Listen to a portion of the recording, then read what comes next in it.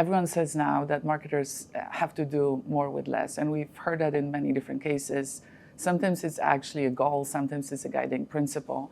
I believe it's actually doing more of what matters versus squeezing more work into our talent and in marketers' to-do list and the calendar. And it's really important that we identify the jobs to be done, the most important things that we need to do, and then the way that it's achieved, we automate and we make sure that we remove those manual tasks so that marketers have more time for strategy, creativity, a little bit more experimentation. And that's what I believe it means to do more of strategy, creativity, versus just putting more work into everyone's plate. Everyone seems to be a little to or a lot, annoyed, irritated, aggravated by jargon, by buzzwords, things like AI, automation, personalization. We hear that all the time. Even marketers are exhausted. How do we turn those buzzwords into something tangible? Yeah, we hear all these buzzwords: AI, automation, personalization. I believe it's really important to be specific. Whenever we talk about automation, AI, personalization, what does it mean? And focus on the so what. Is it about automation of your workflow? Is it about personalization of your creative? Is it about getting better with your algorithms driving performance? And then it becomes tangible when you see it works. When suddenly you have more time on your calendar because you don't have to do the trafficking for many hours, that planning takes less time. When you see the time to get into your optimal performance and you shorten that cold start and you help with this, that's when you see how tangible AI or automation or ML can be. And when we are investing in a lot of tools, these are different types of tools because there's so many different jobs to be done for marketers, for traders. Is it your creative personalization and embedding DCO in your platform? So helpful, and we just see hours saved there and more relevance. Less annoyance of the customer of seeing ads that actually are relevant for what they care about. And then things like bulk editing tools or data management platforms. It's something that really unlocks a lot of time, again, for that creativity, for that strategy, and for experimentation, which is so important. And we're also always hearing how we have more tech than ever, more access to more data than ever, and yet we feel less connected, less insightful in some ways. No pressure, but what's broken and maybe how do we fix it? Yeah, it's fascinating because technology has promised us like more connection, more efficiency, more effectiveness. And yet I believe that it actually creates a lot of fatigue and it creates more silos, more complexity. We have more channels than ever and we're going to get even more.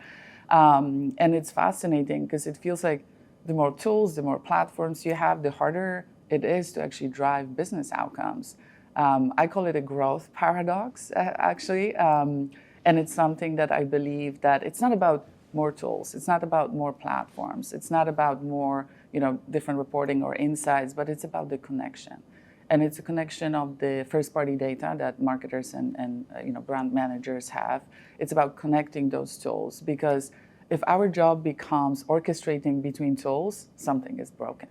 And it's really important whenever you build those tools. And now that we are expanding and merging Adtech and MarTech, when you are orchestrating across your email marketing, across your direct mail, across your programmatic channels, how do you make sure that these talk to each other?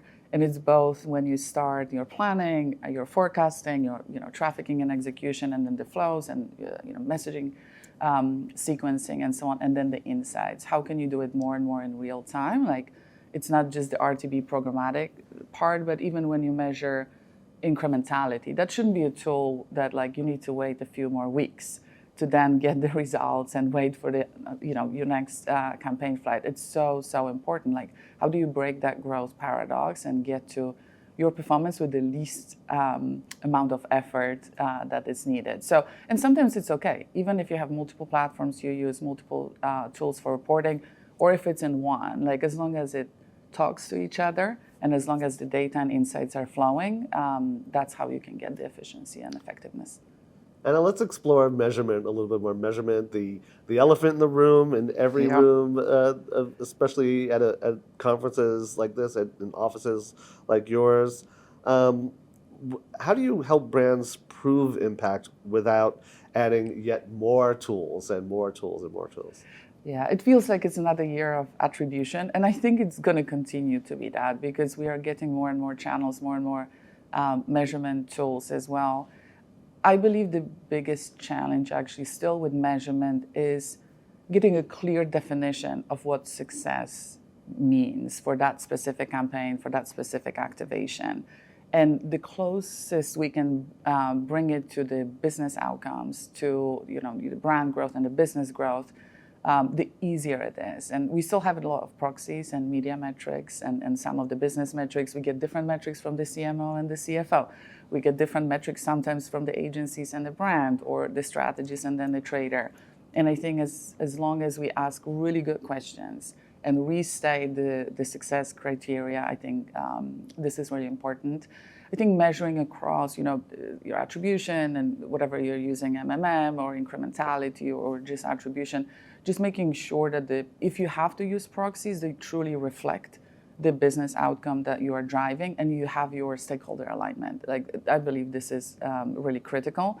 That's one, and I would say cross-channel attribution. So not only looking for your specific channel or your specific platform, but how do these different platforms and channels work together?